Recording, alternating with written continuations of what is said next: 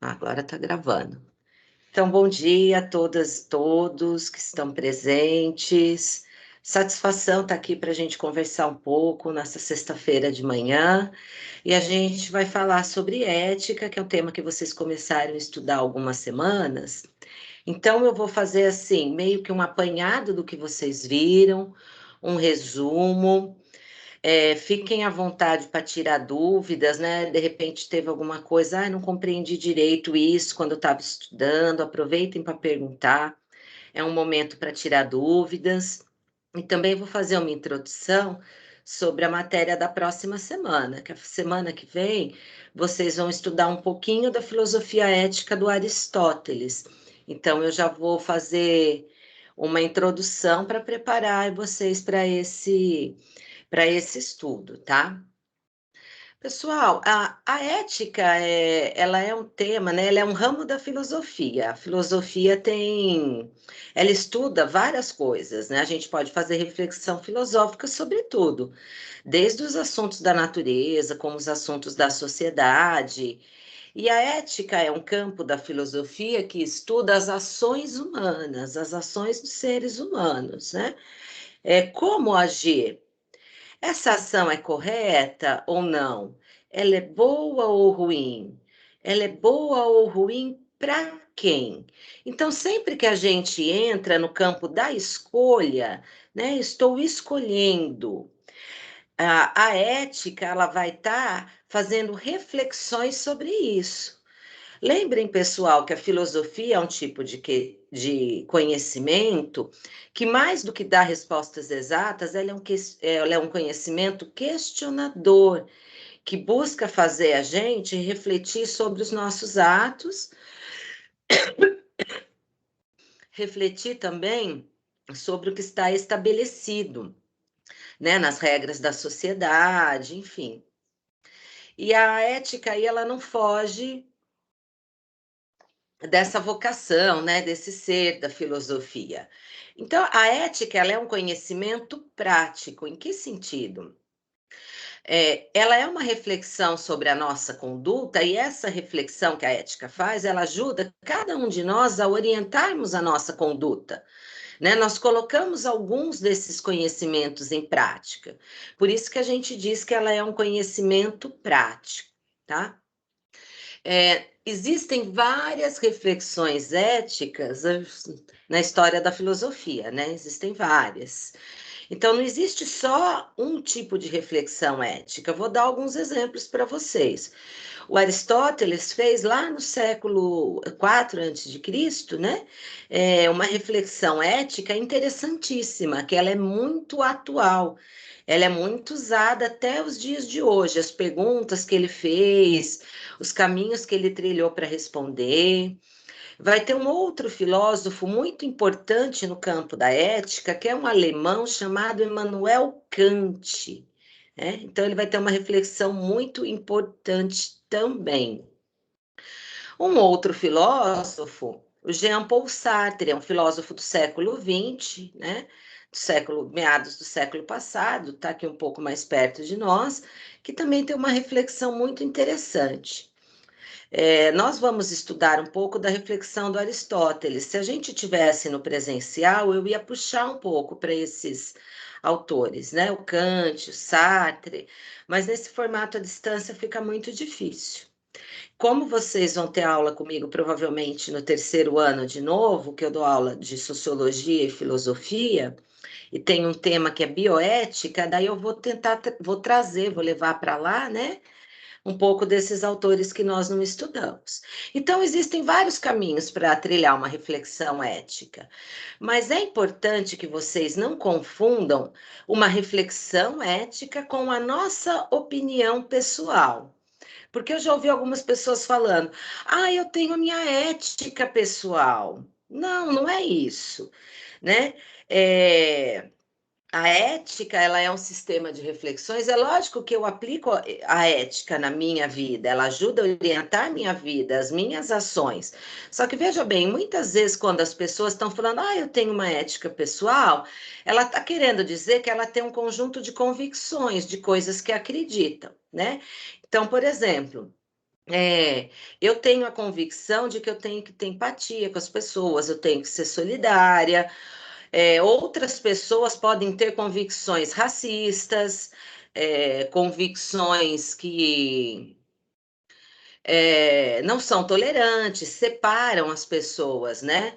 Convicções que dizem que uns são melhores que os outros, mas isso são crenças pessoais. A ética é exatamente o contrário disso, tá, pessoal?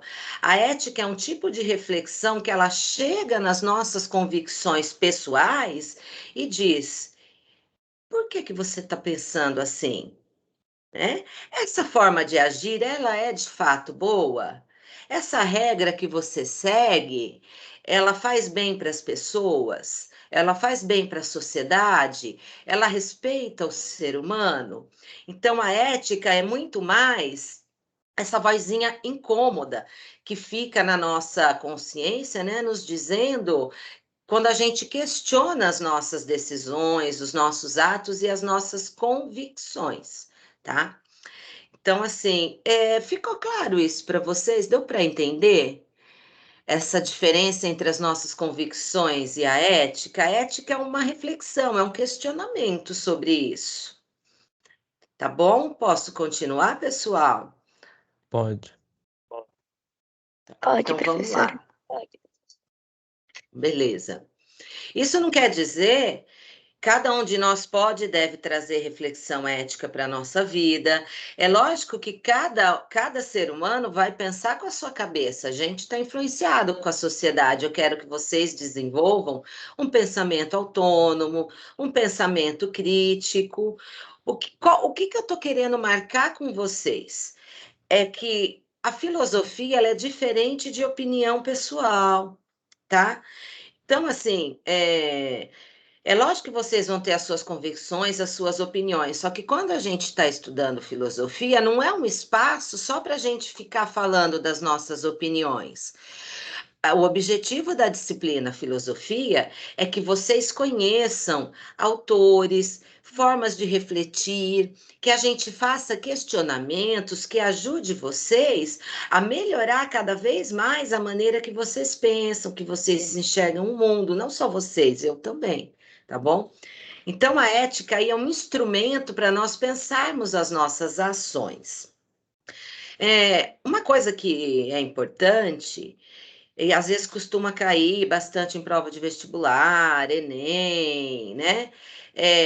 A ideia, a pergunta, né? Se ética e moral são a mesma coisa. Elas não são, elas estão relacionadas, né? Elas estão dentro do campo. A ética estuda a moral, tá bom? Só que elas não são exatamente a mesma coisa. Meu objetivo não é que vocês saiam dessa aula recitando a diferença entre ética e moral, mas meu objetivo é que vocês compreendam, sim, pontualmente, né, como elas se relacionam. Então, vamos lá, né, revisando um pouco, vocês estudaram isso, mas o que que é a moral? Moral. A moral, pessoal, ela nada mais é do que o conjunto de regras, de costumes, de normas, e muitas dessas regras, costumes e normas, elas também estão formuladas como lei, que elas estão estabelecidas na nossa sociedade, são aceitas pela grande maioria das pessoas. Por exemplo, a gente vai ter uma série de regras de convivência dentro da escola. A gente tem regras de convivência que a maioria das famílias compartilham. E nós temos algumas normas que elas estão fixadas em leis, como, por exemplo, não matar. É uma norma moral, tá? Ela está fixada numa lei. Então, vejam bem, a moral é aquilo que diz para nós, haja dessa forma. A moral é impositiva. Faça isso. Ela diz para a gente como fazer. As regras da escola diz para a gente como nos comportarmos dentro da escola. Quais os limites da minha ação, né? As regras dentro da nossa família também, a moral das famílias, ela diz o que devemos fazer, né? A lei também, e no caso da lei, existe uma punição para quem não cumpre a lei. Por que isso, né? Quando a gente fala que existe a moral, que são esse conjunto de normas, existe também o sujeito moral. Quem que é o sujeito moral? Eu e cada um de vocês, né? Nós que agimos de acordo ou em desacordo com a moral que está estabelecida na nossa sociedade. Então, veja bem, nós, como sujeitos morais, nós podemos fazer escolhas, nós somos livres. Nós somos livres para escolher. Em que sentido que eu estou dizendo isso? A moral obriga a gente a agir. Ela diz, haja dessa forma. Só que no final das contas, somos cada um de nós que decidimos se nós vamos seguir a regra ou não, se nós vamos agir de acordo com a moral ou não, tá bom? Por exemplo, não matar. Por que vocês acham que existe uma lei, existe uma punição para quem não cumpre a lei, né? É uma punição a pessoa vai presa, né? Se ela for considerada culpada, tá? Por que que acontece isso? Acontece isso porque as pessoas são livres, mesmo existindo uma regra, não faça isso, muita gente vai escolher fazer, tá bom? Então, pensem sempre assim: para a pessoa poder fazer atos morais, ela tem que ser livre. Por exemplo, as famílias de vocês, elas colocam regras para vocês. Sei lá, quando vocês vão sair, dar um rolê, olha, não faz isso, olha, não faz aquilo. Ah, tá bom, mas no final das contas, vocês acabam decidindo se vocês vão fazer ou não, tá bom? Com isso, a minha preocupação não é que vocês decorem o que é sujeito moral. A minha preocupação é a seguinte: que vocês saibam que as pessoas são livres perante a moral. Por mais que a moral seja impositiva, é cada um de nós que vai escolher seguir ou não. Por isso que existe penalidade para quem não segue, tá bom? Bom, professora, bom, antes da ética, uma outra coisa importante, a moral, pessoal, que é esse conjunto de regras que nos diz o que fazer, nos diz como agir, né? Ela é histórica. O que que significa isso? Ela está dentro da história. Veja bem, quando vocês estudam história, vocês estão pensando no tempo, no passar do tempo, né? Em sociedades que já existiram, em transformações que aconteceram. Veja bem, a moral ela está dentro da história. Por quê? Porque ela é algo humano, ela é algo feito pelos homens. Nós que criamos as nossas regras, são seres humanos, tá bom? Então, guardem sempre isso. As regras elas vão modificando ao longo da história. E elas se modificam ao longo do tempo e também no espaço geográfico. Vou trabalhar com alguns exemplos, né? A moral estabelecida na nossa época diz que homens e mulheres são iguais, nós mulheres trabalhamos fora de casa, né? Temos perante a lei o mesmo direito que os homens, embora na prática a gente saiba que isso ainda é muito desrespeitado, tá bom? Mas vamos dar um giro no tempo, vamos para a década de 1950, metade do século passado. As mulheres, segundo a moral da época, os costumes e as leis, tá? Nós mulheres não tínhamos, né? Nós não éramos vistas como iguais perante os homens. Era raro trabalhar fora de casa, não era aceito moralmente. Geralmente a mulher que trabalhava fora de casa era mal vista, né? Se fosse trabalhar, tinha que pedir autorização para o marido para trabalhar, para viajar. Não podia, a mulher não podia decidir coisas sobre os filhos, sobre a propriedade do casal, uma série de coisas, né? Ficar sozinha era extremamente mal visto, não se casar. Se a gente pegar agora, a moral da nossa época em relação ao papel das mulheres, ela mudou muito durante a história, né? É desejável que se trabalhe fora, que nós mulheres tenhamos liberdade, nós temos perante a lei, então nós não temos que pedir autorização legal para ninguém, para marido, para trabalhar, para decidir sobre os nossos filhos. Isso é um exemplo de como a moral muda, tá? Ah, professora, não é todo mundo que cumpre isso, não é mesmo. Por isso que existe lei e penalidade para agressor, por isso que existe organizações que defendem os interesses das mulheres, tá bom? Esse conjunto de regras que é a moral, pessoal, ela muda no espaço também. Então, nós temos alguns costumes aqui no Brasil, por exemplo, já pensou se a gente está naquele almoço em família, né? Tá todo mundo bonitinho lá, tá aquela tia legal, né? Sempre todo mundo tem um pessoal da família que a gente gosta, tem um pessoal que a gente é meio assim, né? Eu acho que não sou só eu, todo mundo tem isso. Mas você tá lá naquele almoço com aquela tia chata, de repente escapa só um puta roto, assim. O que acontece? Vai ser uma coisa assim mal vista, né, geralmente, naquele almoço, porque as nossas regras, isso faz parte da nossa moral, diz que não é uma norma de etiqueta aceita nos nossos almoços. Agora, em alguns países do Oriente Médio, por exemplo, se você não arrotar, você vai estar sendo extremamente mal educado, é um sinal de que você não gostou da comida, não gostou da refeição. Então, é um exemplo de regra, de comportamento moral que é diferente. É tranquilo, pessoal, essa coisa da moral, que ela modifica, que ela é o conjunto de regras que impõe, que nos diz exatamente o que fazer. Deu para melhorar a ideia que vocês estavam sobre o que é moral? Acho que sim, professora. A moral, na verdade, é o que as pessoas julgam ser certo ou errado. Exatamente, Isabelle. É o que a gente está numa sociedade, né?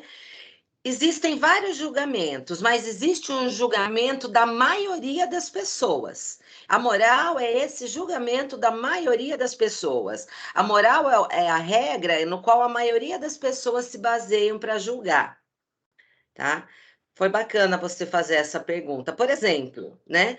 Faz de conta que eu sou chamada para ser madrinha de um casamento normal, né? É, se eu chegar lá de mini saia e chinelo para ser madrinha do casamento, pode ser que alguém ache super chocante. Olha, ela quebrou a regra. Mas a maioria das pessoas vai achar aquilo bom? Vai me julgar bem? Não. Não vai, tá? Exatamente porque eu vou estar quebrando a regra moral da sociedade. Então, aquilo que as pessoas aceitam, aquilo que as pessoas, a maneira como elas julgam as outras, isso é moral, tá? As nossas leis também é moral da nossa época, tá bom? Vocês teriam mais alguma pergunta sobre isso, pessoal? Bom, então assim, eu vou agora relacionar com a ética, que daí vai ficando mais claro, né? Pessoal, a ética, ela é uma reflexão, então, vários filósofos fazem essa reflexão, grupos organizados fazem essa reflexão, tá? Mas vamos tentar entender da seguinte forma: a gente está fazendo uma reflexão ética quando a gente pergunta, questiona a moral, questiona como que eu posso dizer, as escolhas das pessoas, né? Se a moral ela nos diz faça assim, se você não fizer assim, vão falar mal de você, né? A moral ela diz o que fazer, faça isso. Se você não fizer, você vai ser um ponto fora da curva. A ética ela já pergunta a seguinte coisa: por que eu devo fazer isso? É razoável?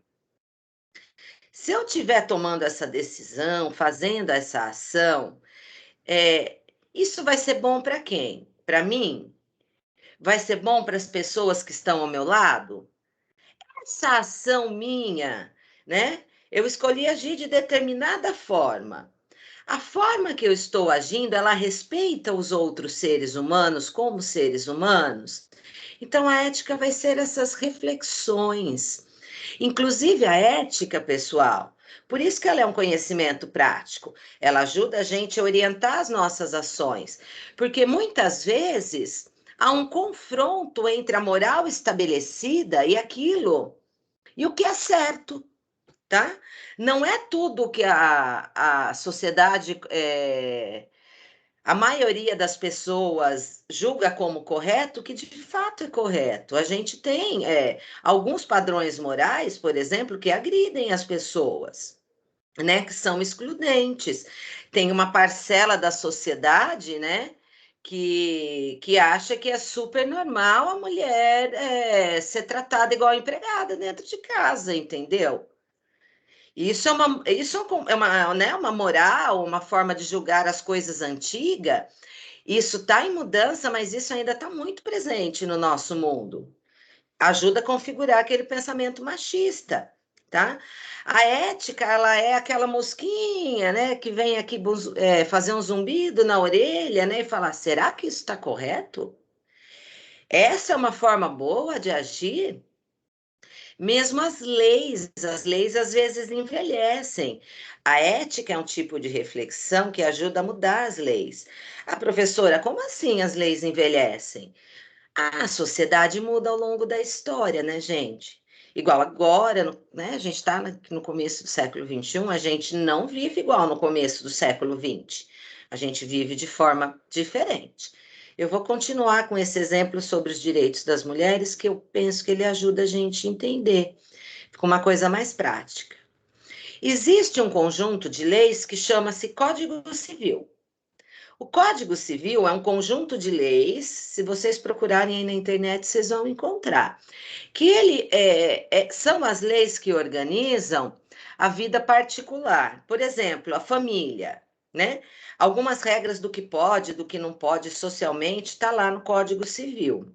Tá bom? O primeiro Código Civil do Brasil cadê aqui que eu peguei essa informação? Ele é de 1916, começo do século passado, tá bom? Nesse código, a mulher ela era considerada meio que uma propriedade do pai e depois do marido. Quando você formava a sociedade conjugal, que é o casamento, existia algo chamado pátrio poder, o poder do pai. Então, por esse Código Civil, o homem, só ele decidia sobre a vida da mulher e sobre a vida do filho, sobre os bens da família. Isso era uma lei, tá bom? Veja bem, só que durante o século XX foi tendo um monte de transformações, né? Surge o movimento feminista, acontece uma série de coisas, as mulheres começam a sair para trabalhar e começa a ter uma série de reflexões sobre isso, reflexões éticas. Dentro do campo da filosofia, por exemplo, tem uma filósofa francesa que chama Simone de Beauvoir, que ela vai escrever um livro muito importante, né? Que chama O Segundo Sexo. E ela vai, né, suscitar reflexão ética, né, em torno dessa questão da mulher. Por que agir assim, né? Por que ficar em casa? Por que aceitar apanhar? Por que ser considerado uma pessoa de segunda categoria? Uai, as mulheres não são seres humanos como os homens? Por que elas não podem decidir de forma igual? Então, a ética, eu estou dando um exemplo de ética aplicada, ela vem trazer esse tipo de reflexão, tá bom, pessoal? E veja bem, pegando esse exemplo do Código Civil, vocês vão achar um absurdo. Sabe quando esse código vai ser totalmente mudado? Esse de 1916 deixa de existir? Em 2003. É lógico que durante o século XX, algumas dessas leis dentro do Código Civil, algumas coisas foram mudando, né? Algumas coisas foram mudando. Só que cair por terra mesmo foi em 2003. Até 2003 existia por lei a questão do pátrio poder. Olha que coisa maluca. Bom, eu contei sobre o Código Civil para dar um exemplo para vocês de como algumas leis, e as leis são moral, elas envelhecem, elas não acompanham a mudança da sociedade. E a reflexão ética, ela ajuda a mudar essas leis antigas, elas ajudam, a ética ajuda na mudança da sociedade, a construir um futuro, tá bom? Vejam bem, o meu objetivo aqui não é que vocês decorem o que é ética, até porque a gente não tem uma definição tão fechada, né? Eu falei que tem várias reflexões éticas de vários filósofos. O que eu gostaria que vocês entendessem é que a ética é esse ramo do conhecimento que nos pergunta sobre a moral, sobre as normas, que questiona a moral, as normas, e que nos ajuda a mudar, tá bom? Isso ficou claro para vocês de alguma forma? Pode falar, Caio. Professora, e a consciência? A consciência? Tá Ela bom. também Pessoal, não ajuda a tomar decisões com base que é certo e errado? ajuda, é lógico que ajuda. É que veja bem, né? A gente está aqui dentro de um campo, todos, por exemplo, se a gente for estudar a filosofia ética do Kant, do Immanuel Kant, ele vai falar que a nossa consciência, ela é formada, porque veja bem, nós somos seres sociais. A nossa consciência, e isso o Kant está indo além da sociedade, ele vai falar que nós temos a razão. E a razão, ela é universal. Quando essa palavra universal, dentro da filosofia, das ciências humanas, significa que é para todo mundo, tá? Então, veja bem, todos somos dotados de razão, né? E o Kant vai dizer que a nossa razão dita, né, regras de consciência, normas de conduta, que nos diz como agir, como escolher entre o certo e o errado. Ela nos dá um dever, né? Então, para o Kant, por exemplo, a nossa consciência, mais do que pela moral da nossa época, a nossa consciência, ela tem algumas regras morais que são ditadas pela razão. Vamos pegar um exemplo. Em matemática, a gente não tem, por exemplo, 2 mais 2 sempre é 4, não é, gente? Em qualquer lugar do planeta Terra, em qualquer lugar que a gente conhece, 2 mais 2 são 4, é uma coisa exata, né? E isso é a nossa razão que diz que 2 mais 2 são 4, é um conhecimento racional, tá? O Kant, ele traz a seguinte reflexão: do mesmo jeito que a nossa razão nos diz que 2 mais 2 são 4, a nossa razão diz que não é razoável que se tome, que se faça uma ação que eu prejudique outro ser humano, tá? O Kant vai dizer que existe e vai ser uma espécie de consciência mesmo, Caio, que vai falar em qualquer ação que eu for tomar, eu preciso enxergar no outro um ser humano como eu. Dessa forma, isso é um dever. E dessa forma eu vou estar fazendo a melhor escolha, tá? Essa pergunta que o Caio fez é interessante, porque a gente tem a moral, que é o que está estabelecido pela sociedade, a gente tem a nossa consciência, mas vamos pensar o seguinte, a nossa consciência, ela vai ter tanto isso que o Kant chamou de imperativo categórico, né? São algumas... É como se fossem algumas fórmulas mesmo, que a nossa consciência nos diz, haja desse jeito, né? E tem a reflexão ética. A reflexão ética é algo que está amarrando todas as nossas pontas, né? A reflexão ética é quando a gente está pensando como agir. Quando a gente está pensando, a minha consciência diz isso, a moral da sociedade diz isso. Eu não sei, Caio, ficou claro isso que eu disse? Ou está confusão? Ficou. Ficou. Pessoal, o tema é complexo. Eu estou querendo fazer exatamente uma aula síncrona com vocês, depois a gente pode retomar o tema para não ficar tão perdido. Pode falar, Isabelle? Ah, não é nada não, professora. Eu liguei o microfone sem querer. Ah, tá bom. Então, todos nós temos a nossa consciência, né? Todos nós temos a nossa consciência. Muitas vezes ela se choca com a moral, mas veja bem, a consciência, eu ia entrar nisso agora, né? Muitas vezes a gente sabe. Ah, pode falar, Evelyn. Professora, voltando um pouquinho ao que você falou, você acha que o movimento feminista ele teve alguma influência na modificação da moral de Não, desde quando teve, chegou até aqui? teve, com certeza. E daí não é só o que eu acho, não, né? A gente tem a história, a sociologia, elas são ciências que elas demonstram isso, tá? Como é que isso Sem dúvida. aconteceu? Oi? Como que isso aconteceu? Isso aconteceu porque, veja bem, isso começa desde o movimento feminista, ele surge junto com o movimento de trabalhadores, reivindicando novos salários, melhores condições de vida, e daí as mulheres elas começam a colocar as suas questões também. Aí a gente vai ter um outro momento que vai ser a luta pelo voto. É algo que começa na Inglaterra, daí vai para a França, Estados Unidos, chega no Brasil, né? Uma organização pelo voto, pelos direitos civis. Então, veja bem, o que esses movimentos faziam? Se organizavam e questionavam a moral da época. E a partir de uma grande luta foi se conseguindo mudanças nas leis, né? E também, aos poucos, mudança nos costumes. Não é de uma hora para outra, daí que tá, gente. A gente não muda costume por decreto, né? Ah, eu mudei a lei agora, todas as mulheres vão votar.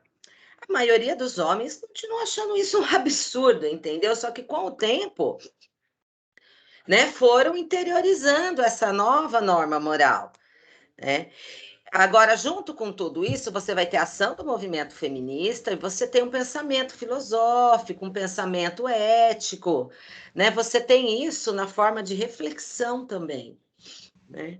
E isso eu poderia ir estendendo vários outros exemplos ao longo da história, tá, Evelyn? Eu não sei se ficou mais claro. Sim. Aonde que surgiu o movimento? Ah, então, a gente tem algumas narrativas, né? É, existe uma narrativa que é a que tem mais prova histórica, que ela vai surge no começo do século passado, junto com as organizações de trabalhadores por melhores salários, entendeu? Então, surge junto com os movimentos dos trabalhadores. Depois disso, passa para um outro campo social, né? Que daí agrupa mais mulheres, além das trabalhadoras, que é a luta pelos votos, pelos direitos civis. Daí depois, por exemplo, na década de 1960, começa-se, até porque teve a invenção da pílula anticoncepcional, um outro momento do movimento feminista que vai lutar pela questão dos direitos reprodutivos, né? Porque a mulher era vista, sei lá, como uma espécie de parideira, né? Você não pode, você tem que ficar aí tendo filho, né? Você meio que não escolhe isso. Poxa, né? Provavelmente depois eu vou querer fazer um outro encontro. Agora a gente está no final do bimestre para discutir isso, porque a matéria é mais complexa, a gente precisa conversar, né? Mas enfim, agora eu vou falar um pouco que vai deixar um pouco mais claro isso que o Caio falou. E nós não temos a nossa consciência, nós temos a nossa consciência e nós temos a influência do que é social na nossa consciência, né? Muitas vezes a gente sabe como agir, as pessoas sabem o que é correto. É correto agir dessa forma. Só que a decisão de agir dessa forma, ela pode chocar com os meus interesses pessoais. Se eu agir dessa forma, eu vou estar agindo da maneira correta, né? Eu vou estar agindo da maneira correta. Porém, essa escolha talvez ela não me traga tantos benefícios. Eu passei um texto para vocês, foi semana passada, o texto da bússola e da balança, né? Eu vou tentar trabalhar com um exemplo. Isso que eu estou fazendo é um tipo de reflexão ética, tá? Então, vamos supor que eu tenho uma empresa, né? Eu sou gerente de uma empresa, tenho uma vaga de trabalho e aparecem dois candidatos. Então, eu entrevisto o primeiro candidato, ele tem mais experiência e ele se sai melhor na entrevista.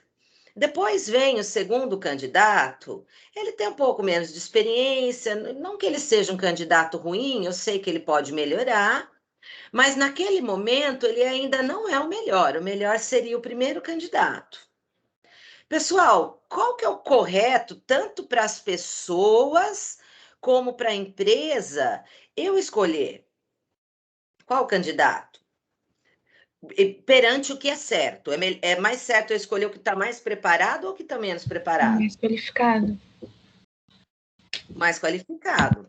Entretanto, o segundo candidato, ele é parente de um conhecido meu, que está precisando de emprego, esse conhecido falou comigo, e eu acabo escolhendo o segundo candidato. Veja bem, eu tinha consciência, Caio, eu sabia como eu deveria agir, mas eu não agi dessa forma. Vejam bem, imaginem uma espécie de reflexão ética que a gente pode pensar, é como essa coisa entre a nossa consciência, as nossas escolhas, o que é certo. Imaginem uma balança, sabe? Vocês já devem ter visto, eu não estou com imagem aqui, fotos daquela balança antiga que tem dois pratos. Que tem dois pratos, ela está equilibrada quando os pratos estão assim, bonitinhos, iguais, tá? Bem, nesse caso, a pessoa que escolheu o candidato, que não era de todo ruim, mas não era o mais preparado, por quê? Porque ele tinha um interesse pessoal envolvido, a balança dele pendeu para esse lado, pendeu para o lado dos interesses pessoais, tá? Então, assim, a consciência dele não foi forte o suficiente, né, para ele fazer o que ele deveria fazer, tá bom? Então, veja bem, tudo isso que eu estou contando para vocês, ao analisar essa situação, isso é uma reflexão ética, tá bom? Nesse caso, se eu continuar ali no exemplo do Kant, o Kant vai falar, olha, a nossa razão, né, ela coloca um dever na nossa cabeça que diz, eu tenho o dever de escolher o melhor. Porém, nós somos livres. Em última análise, a gente pode dar um caô até no dever. O que acontece? Pode ser que depois a gente fique mal com a nossa consciência, viu, Caio? Né? Eu posso ter pensado, pode ter sido difícil para mim. Poxa, o outro, né? Candidato, acabei escolhendo ele. Também está precisando trabalhar, mas será que eu deveria ter feito isso? Né? Então, assim, quando a gente age, quando a gente não cumpre o nosso dever, a gente fica com a consciência pesada, porque a gente é livre, inclusive livre para não seguir o dever. Por isso que existe lei, por isso que existe punição, viu, pessoal? Imagina se todos os seres humanos seguissem aquilo que está, né, na consciência de todo mundo que pensa do que é certo.